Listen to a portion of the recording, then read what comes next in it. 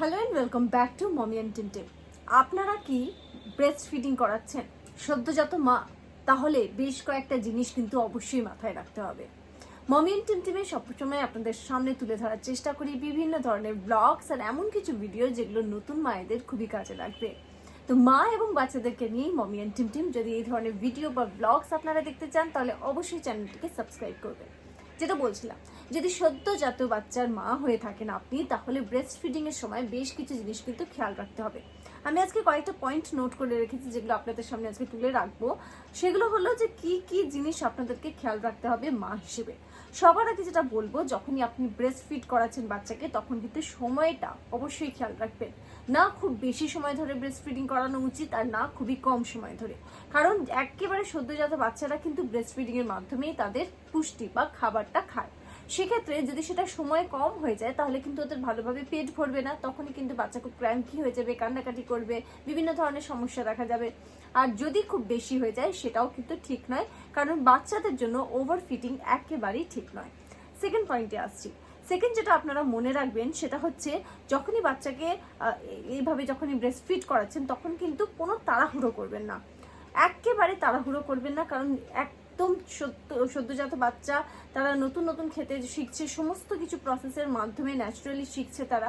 সুতরাং তাড়াহুড়ো করলে কিন্তু সেটা বাচ্চাদের জন্য খুবই সমস্যার হতে পারে, গলায় সেটা কিন্তু আটকে যেতে পারে। তো একেবারে সাবধান, কোনো রকম তাড়াহুড়ো নয়, সময় নিয়ে কিন্তু ব্রেস্ট ফিডিং করাতে হবে। এর পরের পয়েন্টটায় আসছি। যেহেতু মায়ের থেকেই বাচ্চারা সমস্ত পুষ্টি পায় ব্রেস্ট ফিডিং এর মাধ্যমে, সেক্ষেত্রে কিন্তু বাইরের খাবার, মশলা, এই ধরনের খাবার আপনাদেরকে একেবারে এড়িয়ে যেতে হবে। পুষ্টিকর খাবার খেতে হবে, কারণ জানবেন যত ভালো পুষ্টিকর খাবার আপনারা খাবেন ততই কিন্তু ব্রেস্ট মিল্কের মাধ্যমে সেটা আপনাদের বাচ্চা, সদ্যজাত বাচ্চার শরীরে যাবে ও ততটাই সুস্থভাবে একদম ভালো করে বেড়ে উঠবে। তারপরের পয়েন্টে আসছি, প্রচুর পরিমাণে সদ্যজাত মা যারা ব্রেস্ট ফিড করাচ্ছেন এই পয়েন্টটা অবশ্যই মনে রাখবেন। সেটা যে প্রচুর পরিমাণে কিন্তু আপনাদেরকে জল খেতে হবে। জল খাওয়া এই সময় কিন্তু মায়েদের জন্য ভীষণই উপকারী। এমনিও আমরা বলে থাকি যে জল খাওয়া শরীরের জন্য অত্যন্ত জরুরি। কতটা পরিমাণে জল আমাদের শরীরে লাগছে সেটা খেয়াল রেখে কিন্তু জলটা খেতে হবে। আর যখন আপনি ব্রেস্ট ফিড করাচ্ছেন তখন তো এটা আরও বেশি জরুরি, যাতে পর্যাপ্ত পরিমাণে আপনারা জলটা খাচ্ছেন। এরপরে আসছি, যে কোনো ওষুধ খাওয়ার আগে অবশ্যই কিন্তু চিকিৎসকের সঙ্গে পরামর্শ আপনাদেরকে করে নিতে হবে। কি ওষুধ খাচ্ছেন, ওভার দ্য কাউন্টার বা কিছু, যে ধরনেরই ওষুধ আপনারা খান সেটা কিন্তু ব্রেস্ট ফিডিং করানোর সময় ওই গোটা জার্নিটায় আপনাদেরকে ডাক্তারের সঙ্গে কনসাল্ট করতে হবে যে ওষুধটা আপনি খেতে পারবেন কি পারবেন না। আর আপনি জানাবেন যে এই ওষুধ কিন্তু আমি খেয়ে থাকি। এটা কিন্তু খুবই ইম্পর্টেন্ট একটা পয়েন্ট।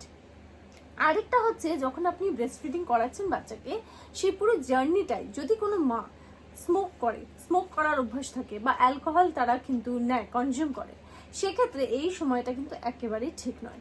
কোনোভাবে ব্রেস্ট ফিডিং এর সময় মায়েদের কিন্তু অ্যালকোহল কিংবা সিগারেট খাওয়া একেবারে ঠিক নয়।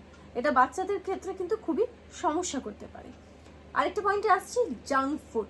জানি সকলেরই প্রিয়, এবং যখনই দেখবে মাদারহুডের জার্নিটা শুরু হয়, আমরা বেবিকে বার্থ দিয়ে দিই, ওই সময়টা একটু ইচ্ছে করে যে এটা খাবো, এটা খাবো, অন্য ধরনের খাবার খাবো। কিন্তু জাঙ্ক ফুডের থেকে আমাদেরকে নিজেদেরকে দূরে রাখতে হবে, একেবারে নিজের সদ্যজাত বাচ্চার কথা মাথায় রেখে। পরের পয়েন্টে আসছি, যেটা আগেই বললাম, একটা তো তাড়াহুড়ো করবেন না। আর যদি কখনো মনে করেন যে আপনার মানে ফিডিং করাতে গিয়ে কোনো প্রবলেম হচ্ছে, কোনো অস্বস্তি হচ্ছে, কোনো পেন হচ্ছে, তাহলে কিন্তু ইমিডিয়েটলি সেটাকে ডাক্তারকে জানাতে হবে।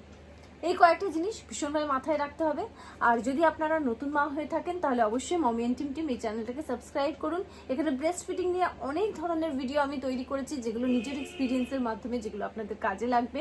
এবং আগামী দিনেও এই ধরনের ভিডিও যেটা সত্যিকারের মায়েদের কাজে লাগবে বাচ্চাকে বড় করতে, সেগুলো কিন্তু তৈরি করার চেষ্টা করব।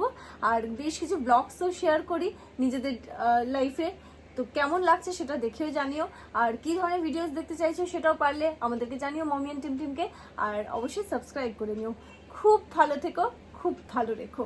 দেখা হবে আবার একটা নতুন ভিডিও নিয়ে। বাই।